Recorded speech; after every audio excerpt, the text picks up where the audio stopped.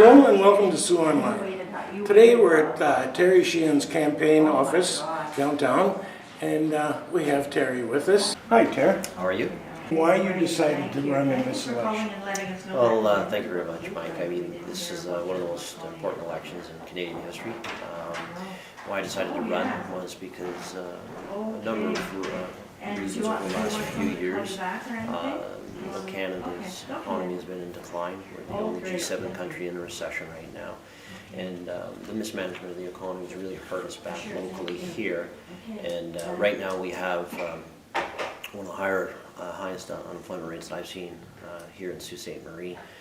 Stats Canada released in August 12.4%, and that doesn't even include the recent layoffs that have happened at some of our major employers. So, for my background in business and economic development, I wanted to bring forward some of the skill sets that I have that I feel that would be helpful for this community to begin to grow and to help create some jobs with the Liberal plan. Because the Liberals are the only ones that are talking about growth and jobs. We have announced a historic investment in infrastructure, going from the current amount of $65 billion to $125 billion, and that is going to be very helpful because when we're building our infrastructure, our roads, our bridges that we need, our buildings, our affordable housing, our seniors facilities, we're creating jobs, and that helps us get that number down. Plus, a lot of these projects use steel. And so, I've worked to advocate to make sure that the steel is being used in these projects as well. In all the press releases, commercials, speeches that Trudeau has made, Yes. he accentuates the need to help the middle class. Mm-hmm. But how about the lower income people, the poor, the homeless? What do the Liberals intend on doing to help them? Well, part of our three-point plan is, number one, is the investment in infrastructure, the historic investment in infrastructure, which is going to create jobs for everybody, whether it's labor, trades, or otherwise. The second part of it is for the middle class tax relief. That's very important because that is the majority of the people within our community. And when they have more money in their pocket, they tend to invest it locally, spend it locally, and that helps our economy grow as well. And the third part of it is the plan is to help those that want or need to join the middle class, and those are the people that we're talking about here. And part of our plan is the historic investment in, say, affordable housing, where we put forward a fully costed plan that shows where we can have affordable housing. Because right now, one of the biggest issues in Sault Ste. Marie, social issues, is that people cannot find proper housing, affordable housing. Mm-hmm. At the end of the day, when they're done paying their monthly rent, they only have a few dollars left in their pockets, and it's a real shame. I've attended quite a few poverty forums, and affordable housing strategy is one of the most important things that these groups have been telling me, and I'm proud to say that we have one.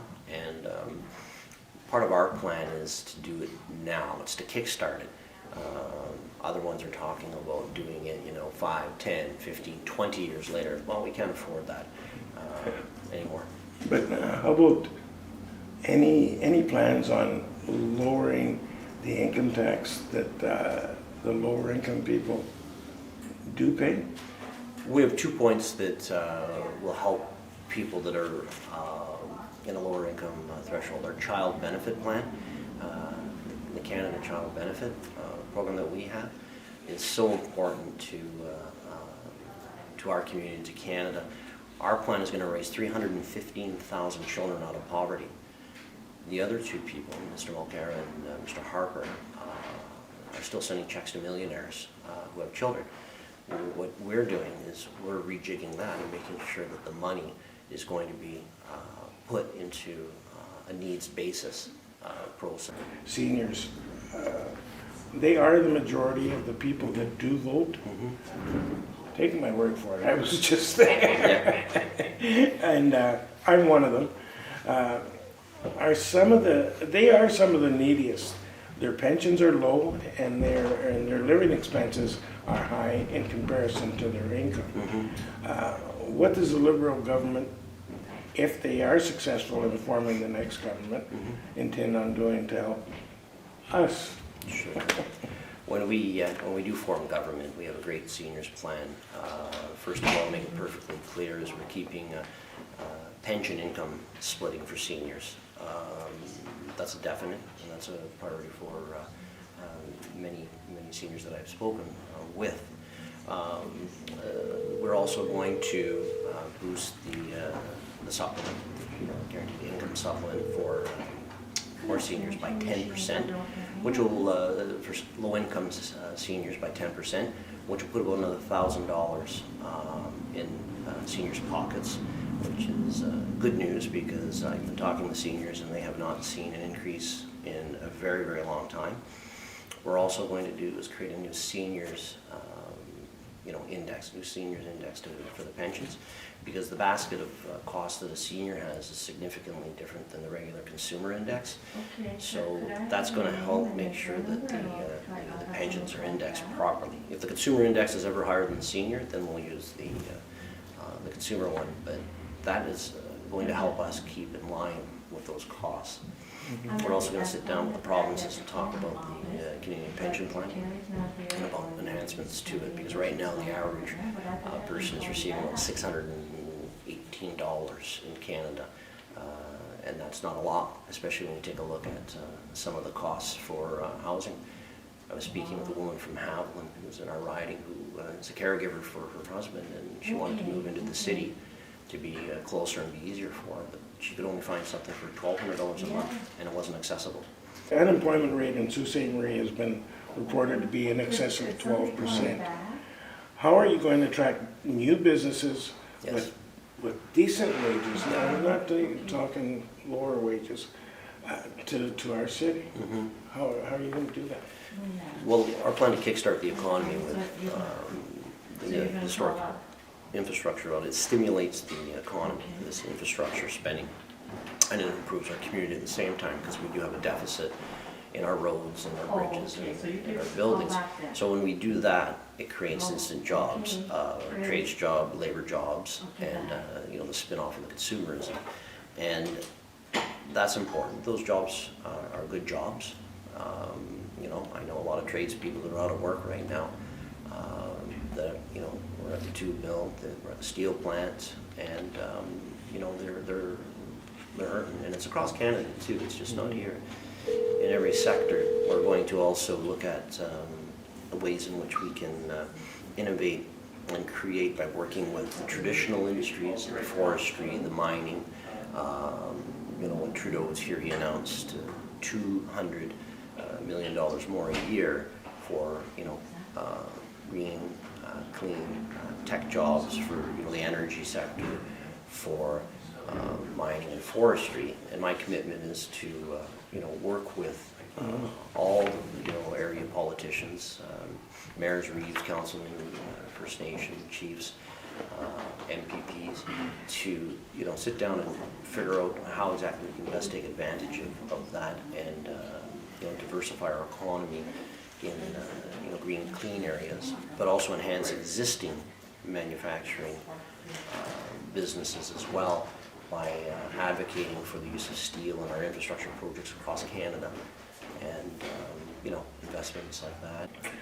One of the most important issues, not only in this election, but for the last two decades, has been the missing and murdered Aboriginal women. Will the Liberal government finally have an independent inquiry into this violence, regardless of where the violence stems from? What do you say? Well, I'm proud of the fact that the Liberal Party was the first party to call for a public inquiry into murdered and missing Aboriginal women and girls. We've stated that right away. I think it's important to do. There's a lot of work that we need to do with our First Nations community. Truth and Reconciliation recommendations, we're committed to implementing them. We've come out with a announcement for First Nation education as well, putting $50 million more into post-secondary education for First Nation people, and that's important too. Okay, but with this inquiry, yes. Do you have any idea if you make the next government, how long before we can plan on seeing any results? We called it for immediate, and Mike, that's a great question, because we've called for it like a while ago, and so it would be, instantaneous, like we're on record of doing that. We didn't dither or hesitate for an election, we just called for it, and we said, no, we have to. And these are lives, and I know you Yeah. have children, Yes, and they're the most important thing to you. absolutely. And there's no difference because they're Aboriginal. There's no difference I agree. for them. Yeah. So the sooner the better. And if you do, May 4th, the next trip, Yeah. please jump on it. Oh, we're calling for it. As a father of a young girl, I totally understand it.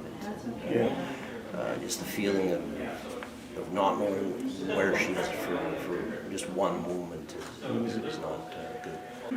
Would you like to say something to the voters? Oh, sure. Again, Mike, I always appreciate your interviews, and to the people of Sault Ste. Marie and surrounding area, I'm honored and privileged to be running in this federal election, and I would be honored to receive your vote on October 19th.